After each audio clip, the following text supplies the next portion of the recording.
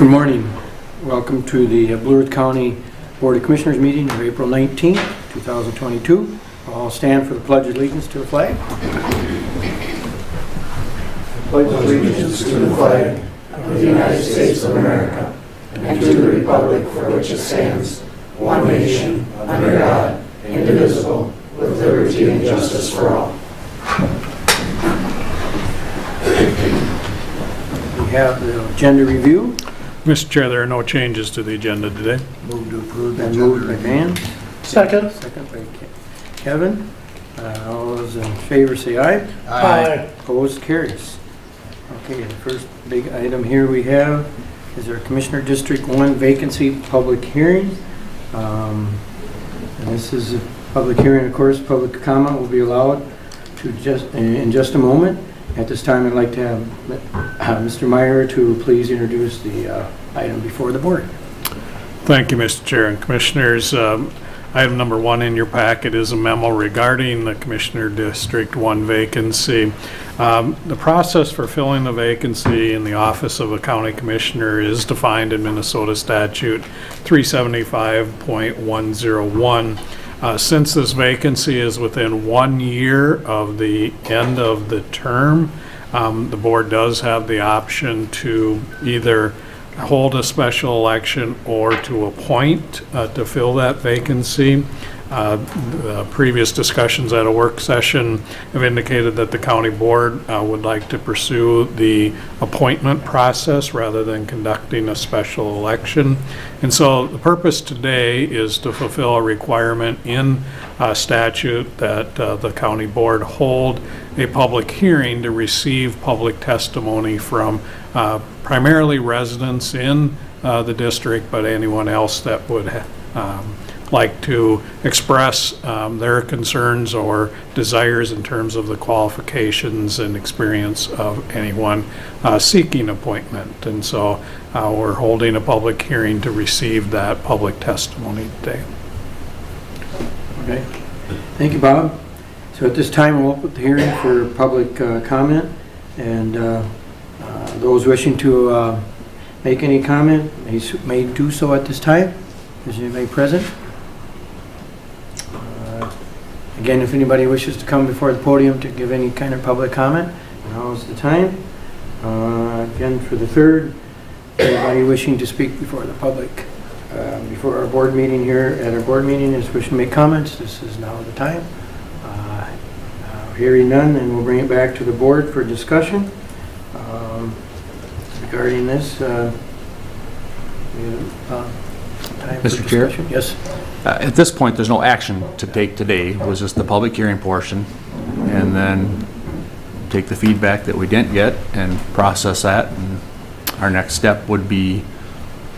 Well, Commissioner Brunder, Mr. Chair, staff are looking for a little guidance from the board in terms of how you'd like us to move forward then. We wanted to hear if there was public testimony here today that would kind of help us outline a plan going forward.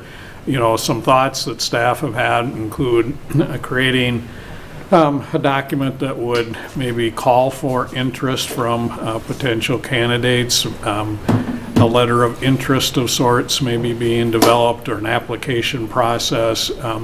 We're thinking that if we were to use the rest of this week to get some media releases out, if that's the wishes of the board to do an application process, we get that out by the end of this week, give folks a little over 2 weeks time to send in that letter of interest or application, and then bring it back before the board sometime in May for further consideration of those applicants. But part of what we're interested in hearing from the board is just, do you have specific questions or pieces of information that you would like to hear from potential applicants as you then consider those applicants for potential appointment? Yeah, this puts us in a little different position, because when you run for county board, on the election side, you pay your $50 or $60, you write your name down, your name and address, and you're done. This process is going to be a lot more taxing for anybody that wants it, because it will go through almost an interviewing process of some sort, I would imagine, if there's more than one candidate. Right. So I like your idea and the staff's thoughts about trying to put some sort of engagement letter together to see if we get some interested people from the public. And the other thought I had was, you know, do we call in some other people in the community that would maybe want to help sit and try to move this forward process, you know, because we'd be picking, but maybe it would be in our best interest to have a couple people that aren't running from that area that might want to help go through the process also. But that's all stuff we can do at a later date. But I certainly think it's a good idea to move forward with the way you're talking, with just trying to get some feedback and some letters back to us so we have something to look at. This, like Bob said, is strictly a hearing and discussion and getting comments from anybody, or what we as a board want to do. So, You know, it's obviously important that anyone that expresses interest is available on Tuesdays when the county board either has a regular meeting or work session. So to me, that's an obvious question to put out there. Are you available for most meetings? Obviously, there may be issues that prevent somebody from being at a meeting, but that's one of the kind of commitments that folks would be making. The committee work that the board does is another area that folks maybe aren't as aware of that the role contains, and so trying to make sure that people understand that there's more than just Tuesday mornings that are involved with the role. So those are some of the things that staff have thought about. There may be other items that the board wants to give us feedback on. And we also Either need to be today clear or that later. this is only until the next election. It is So this is a until very the short November period. election, right? So That's we're correct. talking, if the board would happen to appoint somebody by the end of May or June, they would only be on for maybe a 5-month period. You know, through the summer, September, October, and then, you know, because November. the election, my understanding of the law is that as soon as the election takes place, the person getting elected immediately starts. Isn't that correct? That's my understanding as well. So that would, you know, that's, you're asking a lot of people to give up, you know, and a lot of times you'll see people that are retired that might want to jump into this, or have had local government jobs before. Pretty hard to take somebody out of his job for 5 months not knowing if they're, you know, because I think one thing we're requesting also is the person that we appoint does not have interest in running in the fall. Isn't that correct? That's a decision for the board. You know, that is one of those questions you could ask potential applicants of, do they have interest in pursuing the seat into the future? I guess for me, I wouldn't care. I guess if you do have interest in running, you probably might have an interest in doing this too. But the only thing is, the only ones that we can place into this is the ones that are in District 1 at this time. Great. And District 1 changes dramatically. That is a complicating factor with this appointment process. Is we are working with the current District 1 boundaries, but District 1, as you say, does change under redistricting, so people will need to pay attention to those changes. Okay. Mr. Chair, go ahead. so do we have a, all right, maybe I would suggest just kind of a, I'm not sure what kind of document, but a frequently asked questions. I mean, as it's already been mentioned, you have to be a resident of the existing District 1. So part of that, I think, is that map of District 1 existing, so people know what it is, but also I think we have to be transparent, recognizing, as the commissioner's already said, District 1 is changing, so how does that compare the two? I'm assuming you have to be either 18 or 21 years old. You have to live in the in the county, eligible to vote, things like that. But just kind of a frequently asked questions for those that might be interested. But it does put us in a very unique position to where the district changes a little bit, but do we want, again, if we appoint and they're in both districts, do we make a kind of an incumbent out of them? I think we do. And what are the advantages or disadvantages of that? I think we need a process where we clearly can figure out who is interested and how they can find out more information and things like that. But if we're going to appoint somebody, I think we need to have some public input into that as well, or others involved in vetting those candidates, so to speak. That was kind of what we were hoping for this morning. I'm comfortable with your process and your thoughts on moving forward, getting some applications. I agree with Commissioner Papp that we definitely need to get some information out there. We could probably send them the packet that we all got when we signed up, because it's kind of what's expected as a commissioner. Sure. Yeah, and we can develop more of a frequently asked questions sort of document. We've got the basis for that. We just need to format it in that format so we can get that produced. How do we see this appointed commissioner, their role in the responsibilities at other joint powers boards, other committees, and things like that? I know at the time we've all kind of taken up. I was, for example, at Region 9 last week representing Commissioner Landcammer, who was our person on that, and others are doing that. Is it our expectation of that person then we would relook at committee assignments for that few months, or have we thought through that? Because quite frankly, as a new commissioner, that's the biggest surprise, is it's not Tuesday mornings. It's all those other meetings, and I guess in this case, probably not a lot of ditch meetings with this particular district, but it's the meetings outside of this room that take some time, not only attending, but also prep work that we want to make sure they're aware of as well.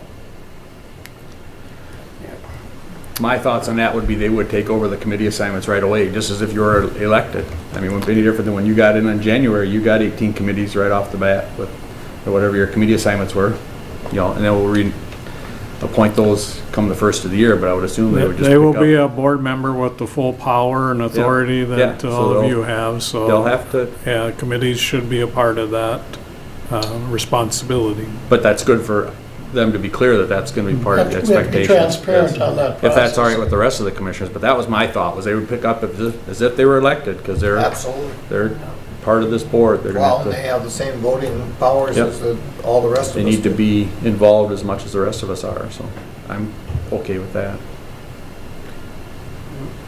To me, they just have to, who we pick, the only concern I would have is if they were then in the newer district as well. I don't know, giving somebody an advantage, but but that's things we have to discuss a little bit as far as that goes. Let's get something rolling and see if we get any names. That's right, we got to get some names for. Yep.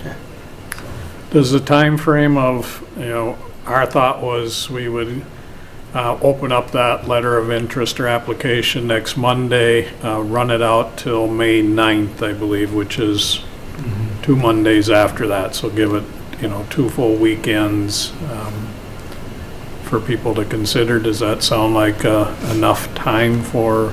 Yeah, that's kind of following the guidelines of filing, a couple weeks to file, so I think that's reasonable. And it has to move faster anyway, in a sense to. Yeah, we have fill to it, move. so, yeah, that sounds good. I'm comfortable with that. Everybody else, all right with that? Okay. Thank you.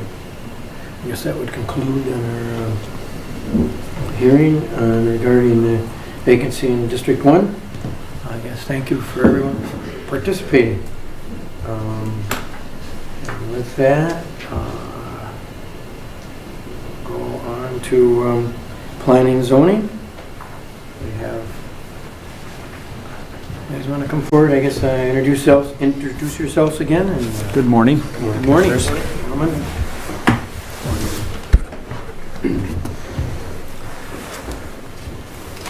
I'm George Leary with Blue Earth County Planning and Zoning.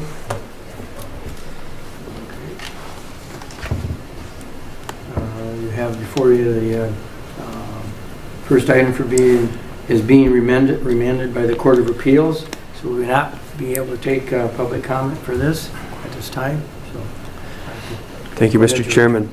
The reason for this item is business from the January 6th, 2021 and February 3rd, 2021 virtual meetings and the April 6th, 2022 in-person meeting of the Blue Earth County Planning Commission. The first item is PC 02-21. It is a request from Rick and Angela DiMartini for review and approval of an interim use permit application to operate a dog kennel. The proposed kennel will accommodate up to 12 adult dogs and offer litters of puppies for sale. The property is zoned agricultural and is in the southwest quarter of Section 20, Decoria Township, and the property address is 57370 174th Lane, Good Thunder, Minnesota. Staff presented the full report to the Planning Commission on January 6, 2021. Following the report, public comment period, and discussion by the Commission, the request was tabled. The discussion continued on February 3, 2021. Following the public comment period and discussion by the Planning Commission, a motion was made and seconded recommending denial of the request to the County Board. By roll call vote, the motion carried by a vote of 4-1. At the February 16, 2021 County Board of Commissioners meeting, staff presented a recommendation of approval of the request to the County Board. The recommendation included supportive findings for the 15 required standards of an interim use permit. Recommended conditions for approval were also provided to the County Board. Following the public comment period and discussion by the Board, the County Board voted to deny the request by a vote of 3 in favor to 2 opposed. Findings were not formally presented in a resolution of denial. The applicants appealed the decision. On March 7, 2022, the Minnesota State Court of Appeals issued an opinion which reversed and remanded the application back to the County Board to approve the interim use permit application subject to reasonable conditions. Staff has provided the County Board with a report that includes the original supportive findings and conditions that were also originally presented. Since that time, the original 23 conditions have been reduced to 22. This was done due to similar language in 2 of the conditions. Another condition was changed due to the change in timeline since this was last heard by the Board. The Board action is a resolution of approval as remanded by the Minnesota State Court of Appeals. Thank you, George. Okay, Brenda will move approval. Under moves approval. Second? Pap seconds. Kevin seconds. Any further discussion regarding Mr. Chair, I understand that there may be a representative of the DiMartinis here to express some issue. I'm not quite sure. Yes, I am Attorney Taliesin Burrows. I represented the DiMartinis at the prior hearing. My clients, I don't know if the board's aware, they have actually, due to the initial denial, they ended up moving their kennel facility to Eagle Lake. And at this time, they are not wanting to pursue the interim use permit for this property. They made that decision just a few hours ago, actually, because they are thinking about potentially other ideas that might fit better, looking over their options, but they would actually like to, at this time, to withdraw their request for an interim use permit on this property. All right, I'll withdraw my motion then. Yeah, I guess, yep, Kevin, or Kip withdraws and Kevin. Mr. Chairman, Mark Manderfeld, Property and Environmental Resources. In light of Mr. Burrows' comments here, I wonder if it would be advantageous to consult the county attorney's office to make sure that we're following the court order appropriately. All right, Pat, do you have any? My suggestion, Mr. Chair, would simply be that you do as the Court of Appeals remanded and to issue the permit, and if they decide not to act upon it, that's their decision. Okay. Well, then I'll move the motion again. Yeah. Guess I should have asked Pat before I did that.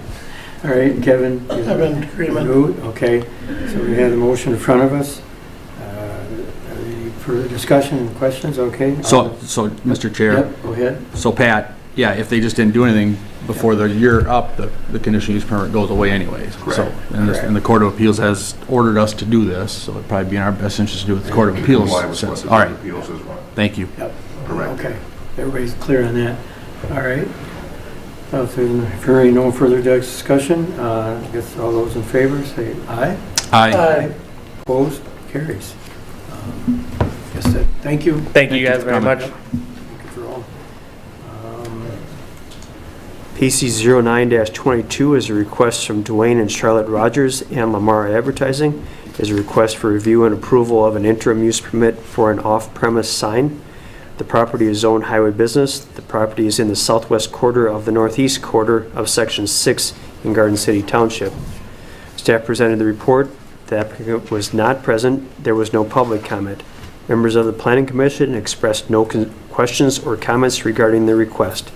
Following the discussion, the Planning Commission forwarded a recommendation for approval of the request to the County Board based on the findings and conditions prepared by staff, and the board action is a resolution. George? Is that for you? Any questions? Public comment. You have a comment? No public comment. No comment? Oh, I guess, yeah. Do you have any public comment regarding 09-22? How about that? Again, do we have any public comment regarding 09-22? Third time, if there's any public comment wishing to come forward on 09-22. Hearing none, we'll bring it back then to the board. I'll move approval. It's been moved for approval by Kip, second by Vance. Any further discussion? All those in favor say aye. Aye. Opposed, carries. Okay. Yeah. PC 10-22 is a request from Darwin A. and Noel D. Sorensen Revocable Trust for review and approval of the final plat of the Sorensen Subdivision Number 3, consisting of 5 lots and 2 outlots. The property is zoned rural town site and agricultural and is in the shoreland of Crystal Lake, which is classified as a general development lake, and Loon Lake, which is classified as a recreational development lake. The property is in parts of the of Section 4 of Garden City Township. The staff presented the report. The applicant was not present. There was no public comment. Members of the Planning Commission expressed no questions or comments regarding the request. Following the discussion, the Planning Commission forwarded a recommendation for approval of the request to the County Board based on the findings and conditions prepared by staff, and the board action is a resolution. All right. At this time, anyone wishing to comment on 10-22? And if there's anybody from the audience who want to comment, oh, go ahead. Please come forward. Please, please come forward and state your name and address. Noelle Sorensen. I currently live at 111 Red Tail Court, number 212. This property has been in the family for about 5 generations. It grieves me to have to sell it, but monetary issues have come up since my husband passed. So I'm hoping to sell these lots as one unit, hopefully. I don't want a dome home here and a something else here and a teepee over here. So I'm hoping to sell them all to a developer, and I appreciate so much what you've done to help me, and George as well. He's been a great help. So thank you. Well, thank you for coming. All right. Anybody else wishing to comment on 10-22?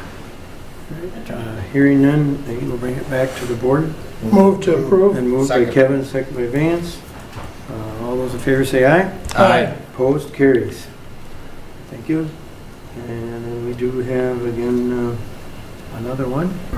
Yeah, my name is Garrett Rolfing, Property Environmental Resources. PC 11-22 is a request from Eric Yeager for review and approval of an interim use permit to operate a 5,400 square foot self-service storage facility. The property is zoned agricultural, and the project will be constructed in the northwest quarter of Section 10, Mapleton Township. Staff presented the report. The applicant was present and had no additional comment. There was There was no other public comment as well. Members of the Planning Commission indicated the applicant is feeling a need for the additional storage and expressed no questions or comments regarding the request. Following the discussion, the Planning Commission forwarded a recommendation for approval of the request to the County Board based on the findings and conditions prepared by staff. And the board action is the resolution. All right. At this time, then, we'll take public comment on number 11-22. Anybody wish to come before the podium? Again, if there's anyone wishing to comment on PC-1122, 11-22, please come forward. And again, for the third time, if anybody wish to comment on PC number 11-22, please come forward at this time. Hearing none, I'll bring it back to the board for action. Move to approve. And moved by Vance, Second. second by Kip. Any discussion? All those in favor say aye. Aye. Opposed, carries. Thank you. PC 12-22 is a request from Michael and Vicky Youngerberg, Life Estate, and Benjamin and Angela Youngerberg for review and approval of an interim use permit to allow for an elder care dwelling unit as an accessory use to an existing single-family building site. The property is zoned agricultural and is located in the southwest quarter of the southeast quarter of Section 1 McPherson Township. Staff presented the report. The applicants were present. They had no additional comment. There was no other public comment. Members of the Planning Commission expressed no questions or comments regarding the request. Following the discussion, the Planning Commission forwarded a recommendation for approval of the request to the County Board based on the findings and conditions prepared by staff, and the board action is a resolution. Thanks, George. Okay, at this time, we can take some public comment on number 12-22. If there's anybody here wishing to speak, again, on number 12-22, any wishing to give public comment at this point? We will again ask again public comment on PC number 12-22. They wish to speak on that. Okay, hearing none, we'll bring it back to the board. Move to approve. Second.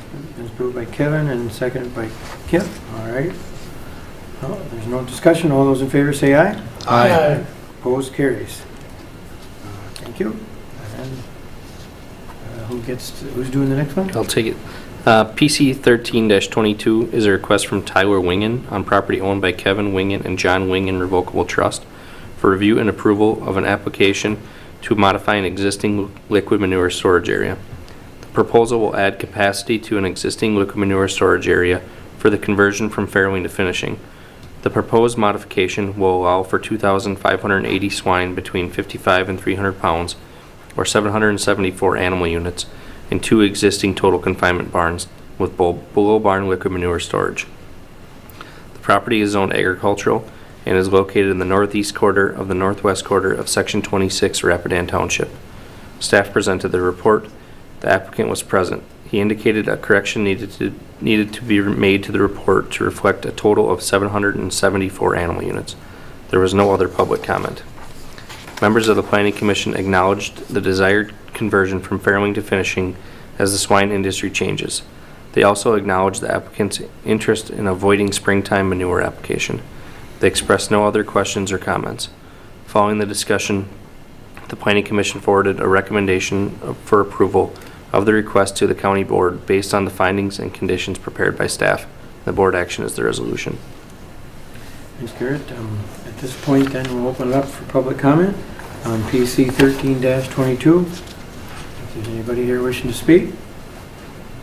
And for the second time, we'll open for public comment regarding PC 13-22. If you wish to come forward and speak. Again, then, we're looking for public comment then for PC 13-22. And hearing no comment, bring it back to the board. Move to for approve. action. It's been moved by Vance, Second. second by Kevin. Okay, all those in favor signify by saying aye. Aye. Opposed, carries. Thank you, gentlemen. Thank you, gentlemen. Thank you very much.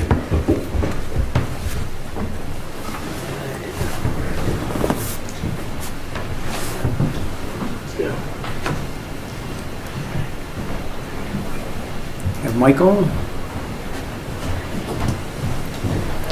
Good morning, Michael. Good morning, Michael. Good morning, everyone. State your name for the record. Absolutely. Good morning. Michael Stahlberger, Director of Property and Environmental Resources for Blue Earth County. And Mr. Chair, I have several items, so if you're okay with it, I think we'll just start with the first one and work our way down. Sure. All right, very good. The first item is related to South Bend Township and some flood control and stormwater studies that they've completed. In 2021, the legislature awarded a one-time appropriation of $14,000 to South Bend Township to reimburse them for expenses related to a study they've completed out there.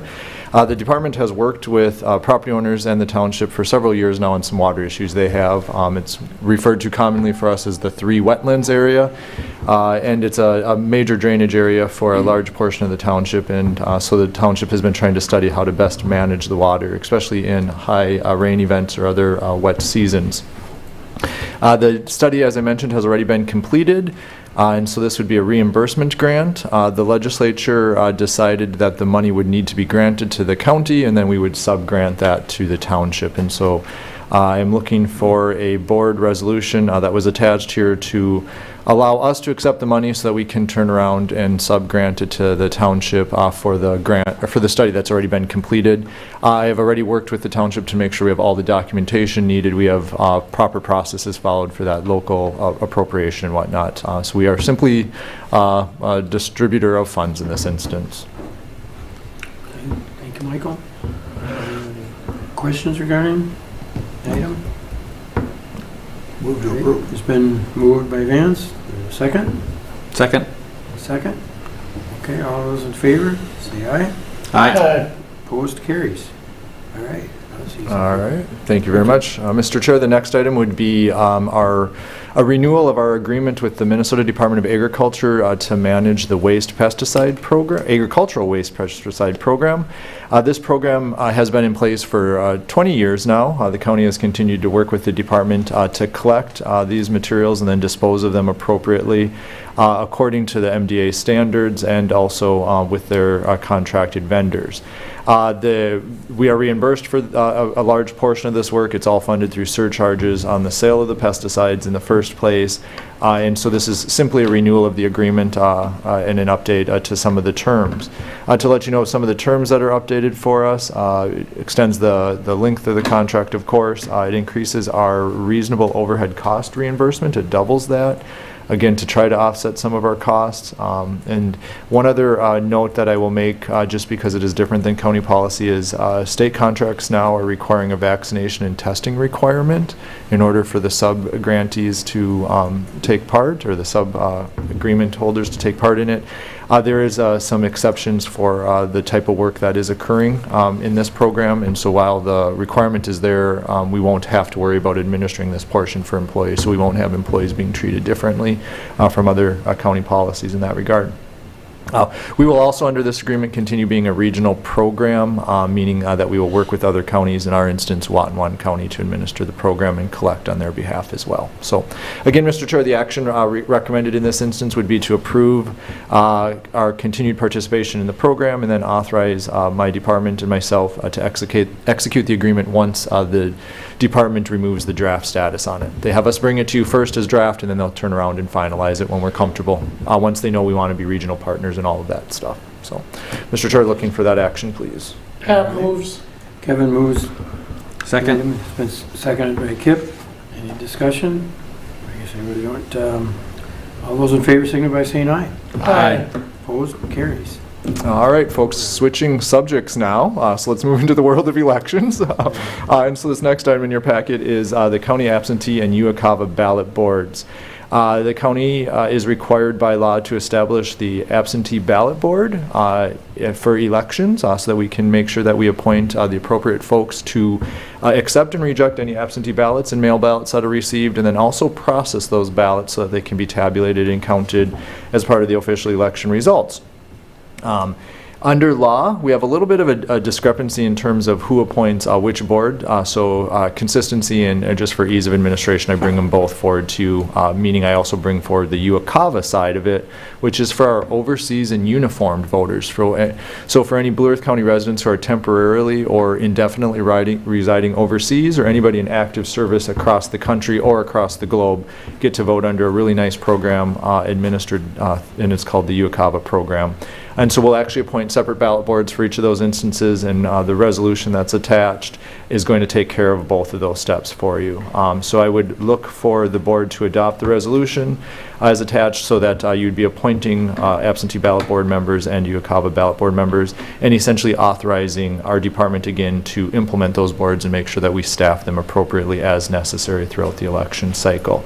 Before entertaining a motion on that, I'll just also make you aware that there is some current litigation in Ramsey County, and there was a recently settled case out of Olmsted, and I believe also a different portion of Ramsey County lawsuit, where there was some misunderstanding or confusion in who can serve on the ballot board.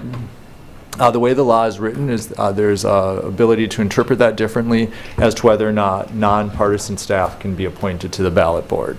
The most recent decision for the Supreme Court says that nonpartisan election staff can be appointed to the ballot board, but they cannot determine if a voter's signature is accurate or appropriate.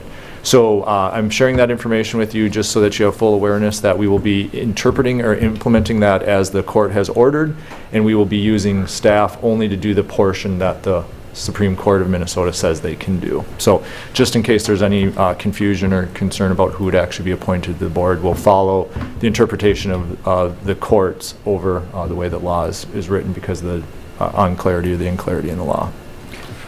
Okay. Any questions? I have one. If it, somebody has one. So then the people that who do you get people that are willing to serve, or you try to get them? Yeah. So, Mr. Chair, the way that we work with our ballot board is we do try to appoint folks who affiliate with a political party so that they can actually be involved in the process. And as we recruit election judges, we ask them for their interest to serve on the ballot board as well. We build that list, and then we provide them with additional training, which is required by law. And then once they've been trained, we actually give them a separate scheduler, one for each of the 4 major parties. And then they can sign up for shifts that we've set up for a ballot board, so that I can match somebody from one party with another party without telling any of those folks what party they're affiliating with. We just build schedules off of that. So it's basically folks that express interest, get trained, and then are able to work on our scheduled ballot board shifts. Okay. So, thank you. yeah, absolutely. All right. No I would further move approval. questions? Kip moves the approval. Second. And Vance the second. Okay, no discussion here. All those in favor say aye. Aye. Opposed? Carries. Thanks, Michael. All right, thank you, Mr. Chair. The last item then I bring forward to you is County Canvassing Board appointments. And so this is usually a pretty routine appointment process. However, redistricting is going to cause us some problems. So bear with me as we go through this for you. So the Canvassing Board is the board that is set at the county level to do a very important part of the election process, which is reviewing the election returns and actually certifying the results of the election. A Canvassing Board serves as our final check to make sure that our results are accurate and represent the will of the voters. Under state law, the Canvassing Board includes 2 county board members. It includes the county auditor, who serves in the elections capacity, as well as the mayor of the city of Mankato, since that's our most populated municipality, and the district court administrator. The Canvassing Board is going to meet 3 times this year. We need to meet quite quickly in May after the election. We'll meet again in August to certify the primary and the special election results, and then we'll also meet in November. The board would select 2 members of the Board of Commissioners to serve on the Canvassing Board, and we usually find board members who are not on the ballot, because being on the ballot disqualifies you from acting on the Canvassing Board for obvious reasons. However, since we will have all 5 commissioners on the ballot this year, we do need to do something different. And so I'm asking for, recommending that the board appoint Commissioners Pepo and Sternberg to serve on the ballot board for 2022. Even though you will need to appoint a designee to serve in your capacity in August and November, because you'll be on the ballots in those elections if you would choose to run. You can either appoint your own designee, or else if you're not able to do that, I will appoint somebody to serve on your behalf. So we'd ask for you to be appointed knowing you're not going to be able to serve, and then we'll come back and do this again in 2024. All right. I'll Any move questions? approval with Commissioner Strumberg and Commissioner People as the designation. Second. Okay. Questions? I don't think we've run into this before. Yeah, have no. we? Did you want to know our rationale? Or Well, I understand it. I mean, Yeah, I understand you can't It have makes us. sense, Yeah. it makes perfect sense. I mean, Yeah. and my only question is, when in May do you feel this is going to happen? Yeah, very good question. Part of the special election law that is actually going to be really hard for us to administer is we must convene the canvassing board on the day after the election. So we will get results at 8 o'clock at night. We'll hope to have them finished by midnight, and they expect us to audit and have it ready for you on Wednesday. So we'll be meeting Wednesday afternoon on the 25th of May. And I won't be here. Well, you won't be there neither, so, because you have to send a designee. Well, So I'll just have to send a designee. yeah, for clarifications for May, Oh, yeah, that's commissioners right, would they could be come in eligible. May. You're not on Yeah, the they ballot, could but you come can in still May. have a designee for May. Yeah, Because May I- one they can. It's the But next we- two they can't. Yes. I have We a would be conference okay during on, that time, yeah. so I won't be Okay. here. So we can work on a designee for you. No? I'll probably be here. So, we got a little time here. I'm just curious, so how did, what are their parameters for assigning a designee? Good question. The canvassing board must be made up of the folks that were listed in statute or a qualified voter of the county. So anybody who lives in Blue Earth County who is eligible to vote, so at least 18 years of age, not disqualifying for felony or whatnot, and then also they can't be on the ballot. Okay. So So yeah, pretty- just pretty about wide. anybody. Pretty wide, Okay. pretty easy to find. So, somebody. so it doesn't have to come from the district, it just comes From the county. The whole county. Yeah, exactly right. Yeah. There's best practices. It wouldn't be in your interest to appoint somebody that works directly out of our office, because obviously we want you to be an independent check on the results, but you can appoint anybody who'd be qualified. Yeah. And we selected you two, since you have 2-year terms, that would make you eligible to potentially serve on the ballot board in 2024, because you won't be on the ballot at all. So that's That where we makes ended sense. up selecting them again. Interesting Okay. times. Yeah. All right, is everybody clear on that? Clear as mud. Yep, okay, clear as mud. It's just No, that interesting. makes sense. Good job. It's You got good. good staff I taking think care of we- it. Appreciate it. We have to approve it, I believe. Mhm. So, We got a motion in a yep. second, right? I don't We think got I a would motion, know. first and second, yep. So all those in favor say aye. Aye. Opposed, carries. All right, thank you, gentlemen. Thank you, Thank you, Michael. Have a good day. All right. Well, now we have Public Works. Public Works. And Ryan? Good morning, Commissioners. Morning. Good morning. Thank you for giving me a couple minutes here this morning to take care of a handful of items that are a little bit pressing.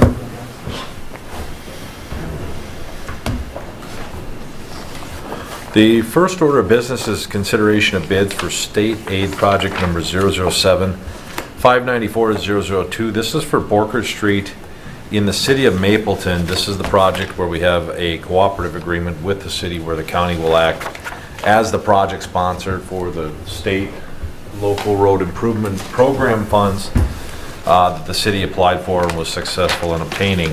As term of those funds, the city is required to have a qualified agency act on their behalf as the project sponsor. So that's where the county comes into play. So effectively, city consultant engineer will deal with contract administration, deal with the construction inspection, et cetera, because this is a city street.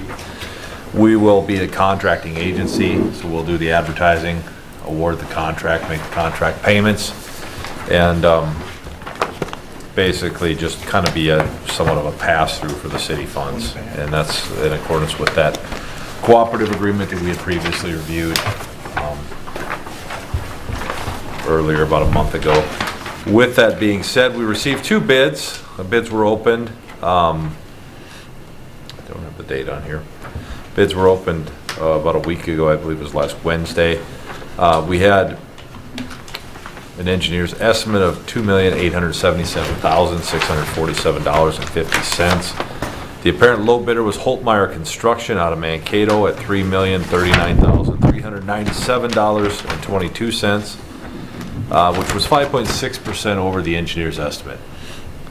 The second high bid was Jensen Excavating and Trucking, $3,192,067.06, 10.93% over the engineer's estimate.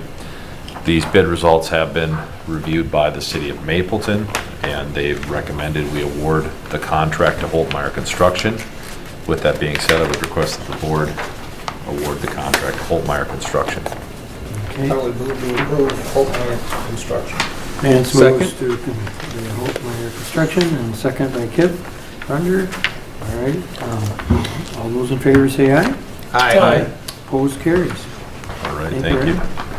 The second action item in your board packet is reviewing or revisiting, I should say, the annual CRS2 emulsion contract. Following our discussion on this during the April 5th county board meeting, I was able to do some additional follow-up with the Minnesota Department of Transportation. And as you may remember, previously the low bidder Flint Hills Resources provided what I believe to be an irregular proposal. So they actually made alterations to some of the contract language, and their explanation was that it was an attempt to explain that they are a supplier and not a contractor, but in the eyes of the county, when they step on the job site with a truck full of oil, they're acting as a contractor to the county. So we have it structured that way for a reason. They also made modifications to the insurance requirement form, which I was very concerned about. And after follow-up with Nancy Bovee, who is the Minnesota Department of Transportation Contracts and Letting Supervisor for the MnDOT Office of Construction and Innovative Contracting, she very clearly reaffirmed that bidders are not allowed to alter the bid documents in any way.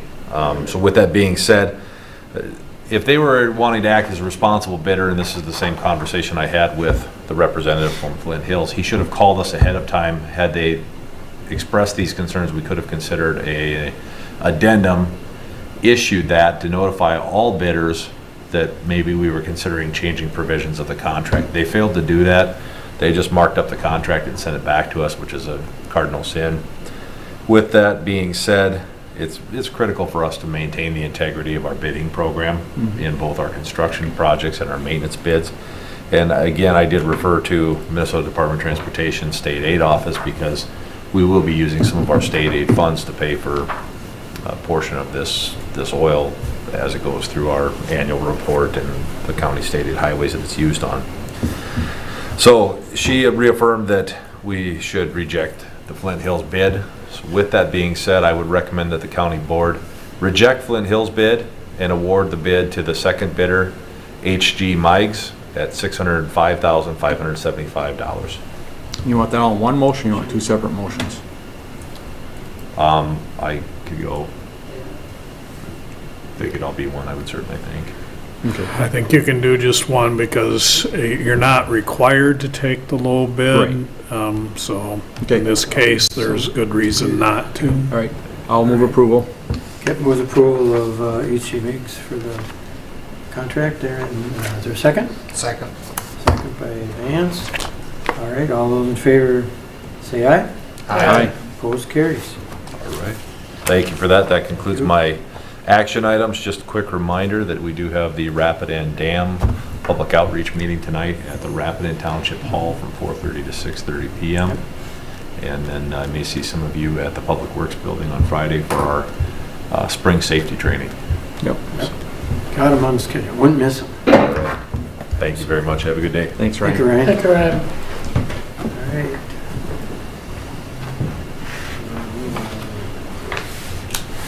We have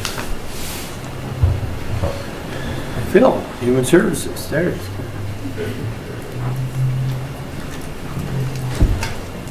Good morning, Phil. Good morning, Phil. See you.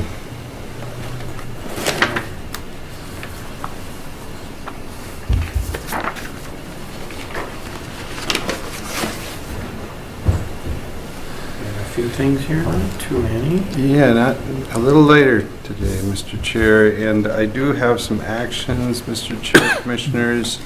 Action items, 3 of them, 2 of them under financial assistance. First of those being Blue Earth Taxi.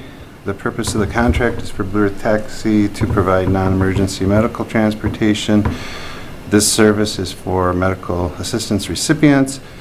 And then also down in the narrative, you'll see that they provide transportation for PMAP providers. So in our county, it's Blue Plus UCare. The rates are set by the state of Minnesota, so Blue Earth Taxi have agreed to take the rates as other transportation providers have. And the term is April 1st of 22 through December 31st of 22. Also under financial assistance is SNAP Employment and Training provided by MRCI.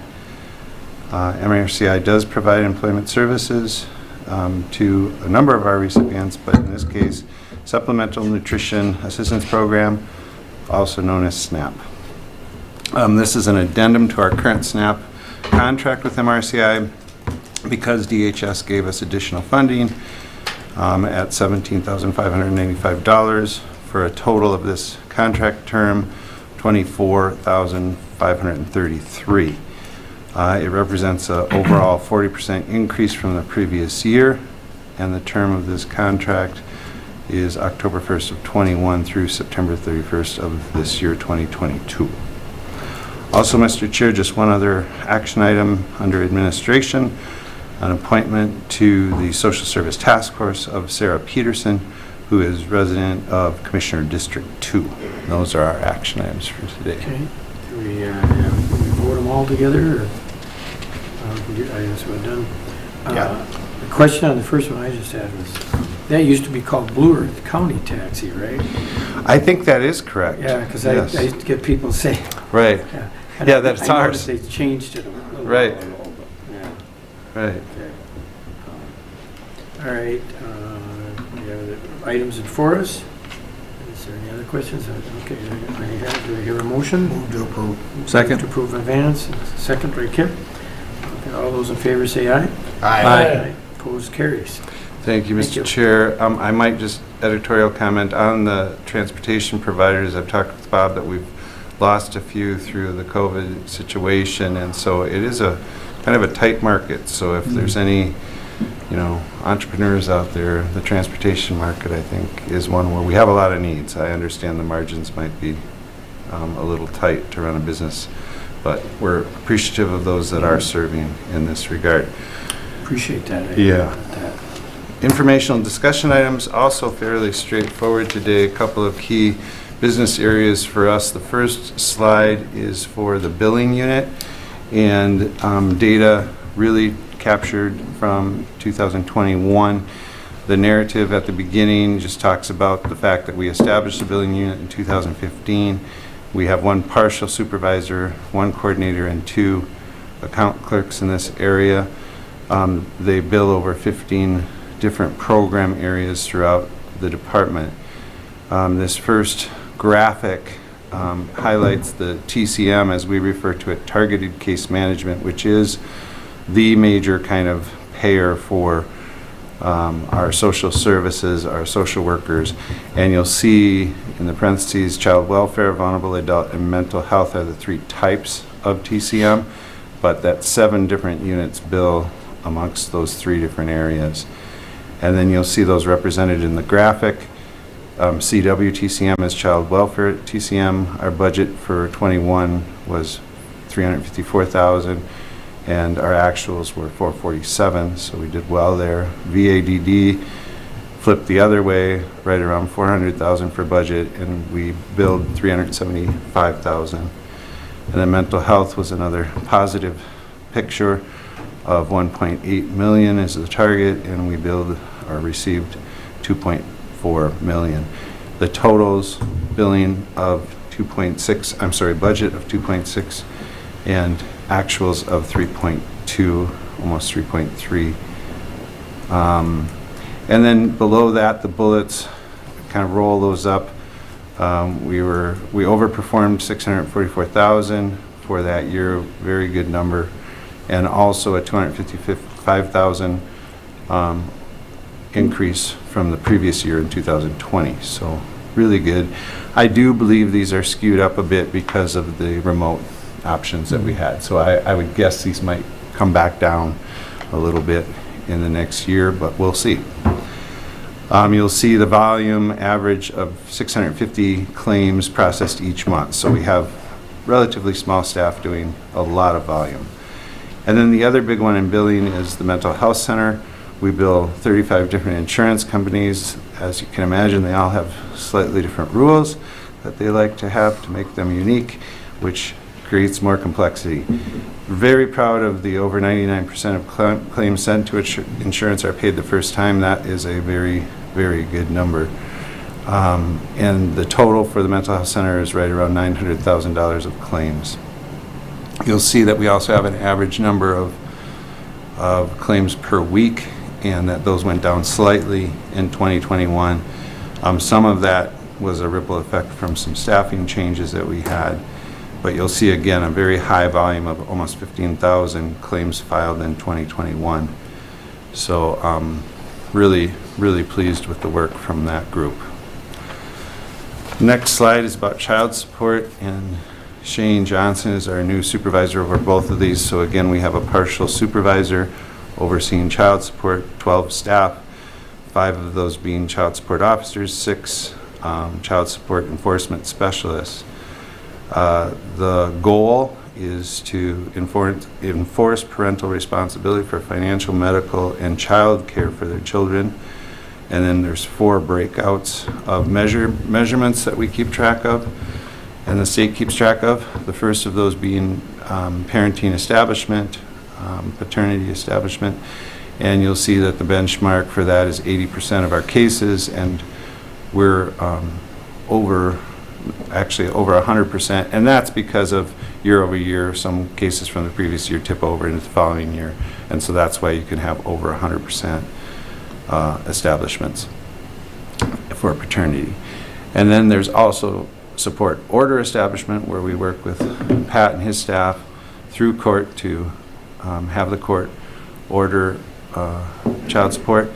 And same kind of picture, where there's a target for Minnesota of 80% of cases establishing a support order, and we're at 91, almost 92%. The collections of support, this is never at 100%, but we do our best. 75% of the funds were collected, which is a slightly over a 1% increase from the previous year.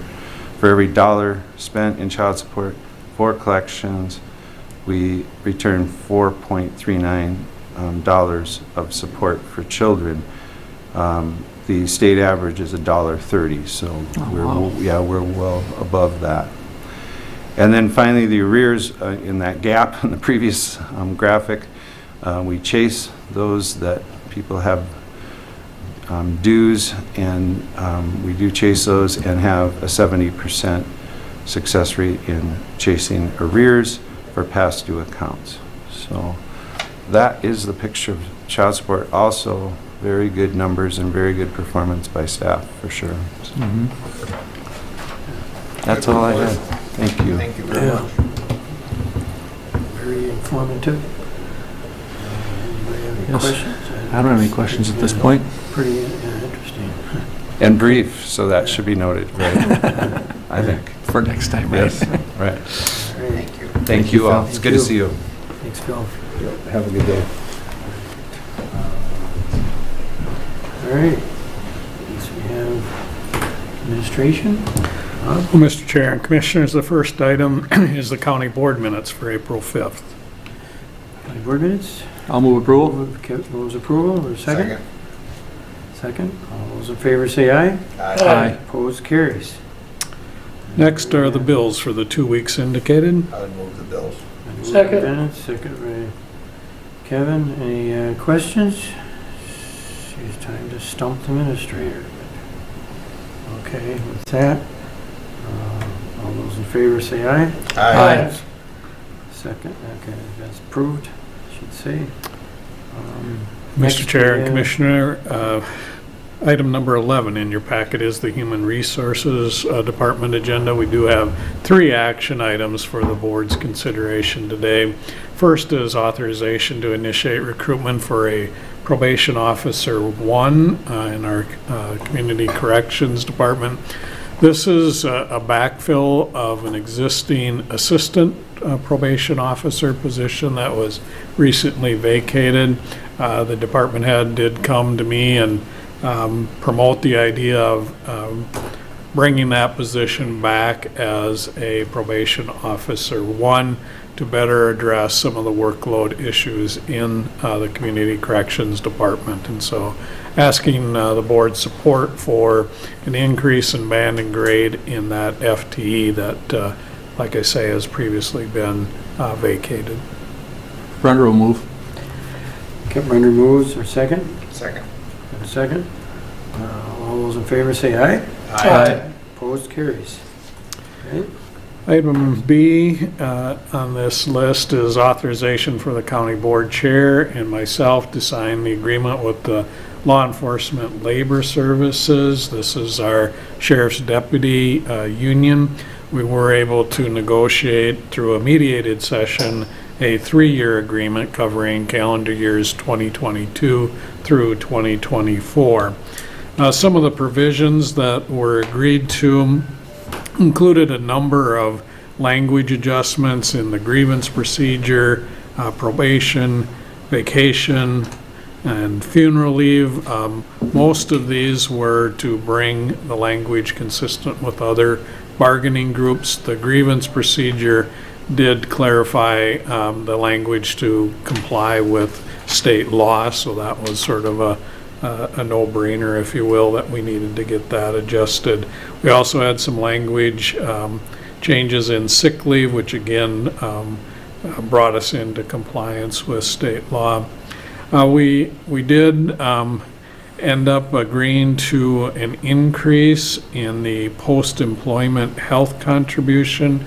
Previously, the employer was contributing 1% of the wages for the members into this post-employment plan. We have proposed here an increase to 1.25% of their income.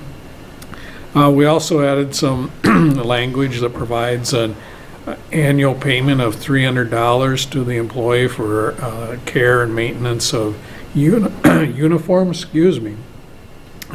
That'll be an annual payment on the beginning of each year.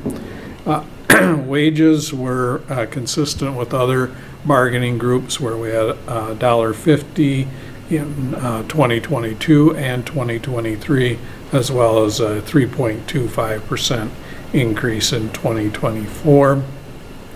The union did request a wage reopener later this year, pending the results of the market and classification study that the county is currently embarking on. And so that wage reopener would only allow for further discussion around the wage elements within the contract should that be warranted. We also agreed tentatively to an increase in lead worker pay and shift differential, and added language that would make Juneteenth a county holiday for this group if the state of Minnesota passes legislation to make it a state holiday. So until that is done, it will not be a holiday. But those are the majority of the provisions that are included in this tentative agreement, and bringing it here for board consideration. Thanks, Bob. Anybody have any questions regarding? Move to approve. Vance moves to approve. Second. Second by Kip Brender. Okay, all those in favor say aye. Aye. Opposed, carries. Thank you, Mr. Chair and Commissioners. The third item is authorization for the County Board Chair and myself to sign a memorandum of understanding with the Minnesota Public Employees Association. This is our correctional officers in the jail. This memorandum of understanding would extend some of the same lead worker and shift differential pay as was approved with the deputies to those correctional officer positions, as well as make some adjustments to the retention pay that has been included in this contract for a number of years. It would bring that retention pay in earlier so that when correctional officers complete training, we'd start the first step of that retention pay, increase it after a year, and then increase it again after 2 years. As you are well aware, we have a significant challenge retaining correctional officers, and so we're trying to take some steps here to build in some pay that would hopefully not only recruit additional correctional officers, but allow us to retain those employees as well. Sounds good. Okay. Second. Vance moves, Kip seconds. All those in favor, say aye. Aye. Opposed, carries. Yeah. Thank you, Bob. Under informational items, excuse me, we have filled a number of positions, including a children's services case aide, a correctional officer, and a librarian. We did have a promotion of a library clerk from part-time to a librarian, and so we're initiating recruitment to fill that part-time library clerk. Then we also had a voluntary demotion of a program coordinator in our WIC area to a public health specialist in the SHIP program. So we've initiated recruitment to refill that program coordinator in WIC. Then we had a resignation of 2 part-time bailiffs and have initiated recruitment to refill those positions. And then lastly, we had a resignation of an eligibility specialist in our human services area and have initiated recruitment to refill that position. I'd be happy to answer any questions on any of those items if the board has them. Okay, any questions? I don't have any questions. All right, Mr. Chair and Commissioners, item number 12 in your packet then is a memo regarding an owner's representative services professional service agreement. This is with Pristash Construction Services for our Public Works building project that we're working on. Owner's representative services is kind of an emerging service, I would say, within the construction environment, where the owner's representative is an experienced person in terms of working on construction projects from really the feasibility and planning stage all the way through the occupancy and move-in phase. And so Pristash Construction Services would provide services to the county representing our interest in ensuring that bills are correct, that we're identifying building issues early and really keeping us on track in terms of this large construction project. And so staff are recommending board approval of this professional service agreement with Pristash Construction LLC. Okay.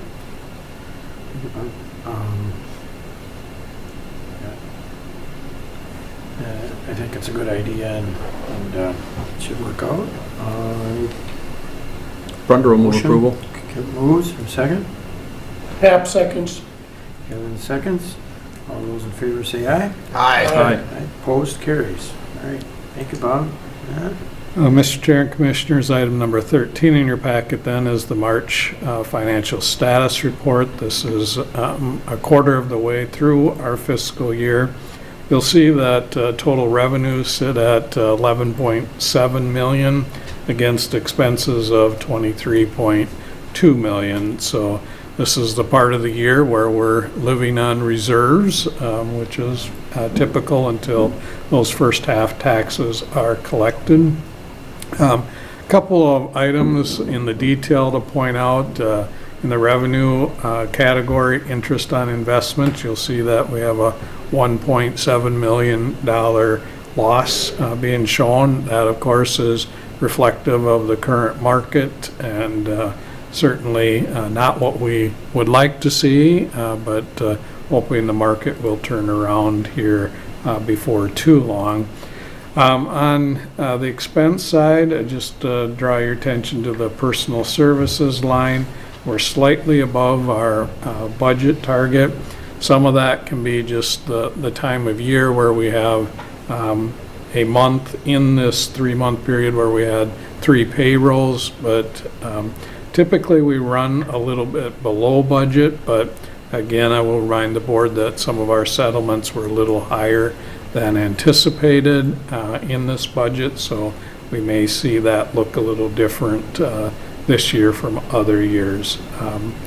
Otherwise, things seem to be trending well. We'll obviously, in the next quarter, see a lot of those contract and fees numbers increase with our public works contracts when they get rolling. So it's just an early picture, but certainly feeling comfortable that we're on track with our budget. All right. The bottom portion of that first page then has the enterprise fund, which is our landfill. You'll see there revenues are $858,000 against expenses of $436,000. So in a strong financial position there relative to our bottom line. Again, this budget really hinges upon those landfill cells being constructed or large equipment purchases. So we'll monitor that through the coming year. The second page has our cash and investment balances. You'll see towards the top that our total available funds sit at a little over $62 million against our 6-month target of $51.7 million. Total county funds, more towards the lower half of the page, sits at $121.4 million. And so we continue to maintain a strong fiscal position. Yep. Okay. Be happy to answer any questions the board might have. Questions about regarding that? As good as expected? Nope, I don't have any questions. Looks good. Yep. Very good. All right. That's all I have for That's all Mr. you Chair. have, and that's all it is. I guess we'll then go to commissioner reports. Who gets to start? Let's start with Kevin. Okay, thank you, Mr. Chair. Since our April 7th board meeting, participated in soil water meeting with KIP. Ditch action has been a pre-construction meeting at CD 52 on April 12th, JD 48, and then in the afternoon, Kip and I were down for JD 11, 12, and 49 in Winnebago. Participated with the Senator Klobuchar event here, and then that evening attended my first Region 9 Commission meeting as the board's representative on that. Also been participated in the employee appreciation, both at the government center, the jail, and then of course here this morning. Conversations with constituents and others have been pretty much around road postings, road conditions, and planning and zoning. That concludes my report. Thank you, Kevin. Kip? Thank you, Mr. Chair. I had planning and zoning after our last board meeting, but you already all seen that already this morning. Kevin mentioned SWCD, but they are working diligently trying to get the tree sales up and running. They've got a good turnout so far this year, but they're of course having problems getting trees from the vendors. They went out to a couple other vendors, but are working forward trying to fill all the orders that they do have. It's a good program that they work with, and is very exciting to see that move forward. Kevin mentioned the ditch repairs and the Faribault County ditches, which was fairly non-productive because I don't think we approved any of them that afternoon, so we have to go back and try to finish them up again at the next meeting. The work session was very informative. Got to hear from Jared Bach and several other organizations. I was on a conference call with Micah. Everything's moving along fairly well up there, pretty fast paced at this point with things getting spooled up and trying to get the last of our stuff in. Had a couple SECB committee meetings. I just got put on the finance committee meeting through our local ECB, And so I had my first meeting last Thursday with that. A lot of the same players that are on my legislative committee meeting, but they talk about the financing of some of this stuff that's going on. So that was relatively interesting. And last night I had my MVAC executive meeting, and things are going fairly well up there. We got a new person for Head Start who's doing a great job for us. And then we heard about our parking lot repairs and our roof that's coming, needs some repairs, and the building gets paid off in October. So now we get to take all that money and spend it on repairs. But that's kind of the way it is. I was not aware that building was built in 1968. I didn't think it was that old, but so we're dealing with the roof and the parking lot. Some other issues. They've upgraded that building. Yeah, oh yeah, there's a lot of upgrade. It's been upgraded all. It's got sprinklers and everything in it, but still, it's just, the roof, and of course we're having lead time problems on the roof. We can't get materials and can't even find anybody to give us a bid at this point, so that's for next year. But this year we are going to deal with the parking lots. We approved some parking lot bids yesterday. So that's my report, Mr. Chair. Thank you, Kip. Mr. Vance? All right, after our last board meeting, I had a Zoom call with the NACO monthly membership. The next day, we had our department head meeting. Thursday morning, we had donuts at the library. And that afternoon, I had my library board meeting. On Saturday the 9th, I had an EV event down at MSU over by the Dome, and we brought our electric car over there, and a lot of interest in how things are going to come around with electric vehicles and how that works out. On Monday the 11th, we had donuts at the Government Center. I think all of us showed up there. It was a nice event, talking to a lot of people. That same morning, I had a ACHF, which is a TDS meeting, and then I had a law library meeting that afternoon on Zoom. We had our work session on the 12th, and then on the 13th, well, we had a Blue Earth Nicola County Safe Roads meeting. We met here in the afternoon with Senator Klobuchar, and then that evening, or afternoon, we had donuts at the jail. The donuts we're talking about is for National County Government Month, and we're going around to different units of the county and showing our appreciation to them. On the 14th, I had my Highway 169 Corridor Coalition Executive Board meeting, and let's see, yesterday I had a NACO Arts and Culture Commission meeting, and that's that. Besides our donuts this morning here at the historic courthouse, that's all I got. Okay, thank you, Vance. A few things to add. Of course, after our board meeting, let's see, we had the department heads on Wednesday, the 6th, and then had, with the county month recognition. Thursday we didn't have those donuts at the library, and then Monday, April, that was 11th. That was at the Government Center then. Recognition of our employees, and then Tuesday, April 12th, that was before our meeting, it was a joint ditch 48 repair report. See, Wednesday, then the 13th, we did have a RETA meeting in the morning, and then later had I caught most of the MICA meeting online, and then we had Senator Klobuchar's visit. That was good.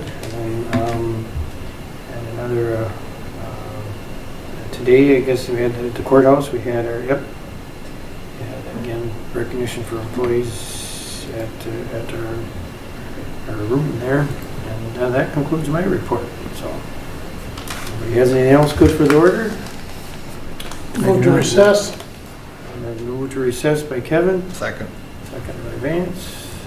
We are in recess. Okay. Good job, Mr. Chair. Thank you, everyone.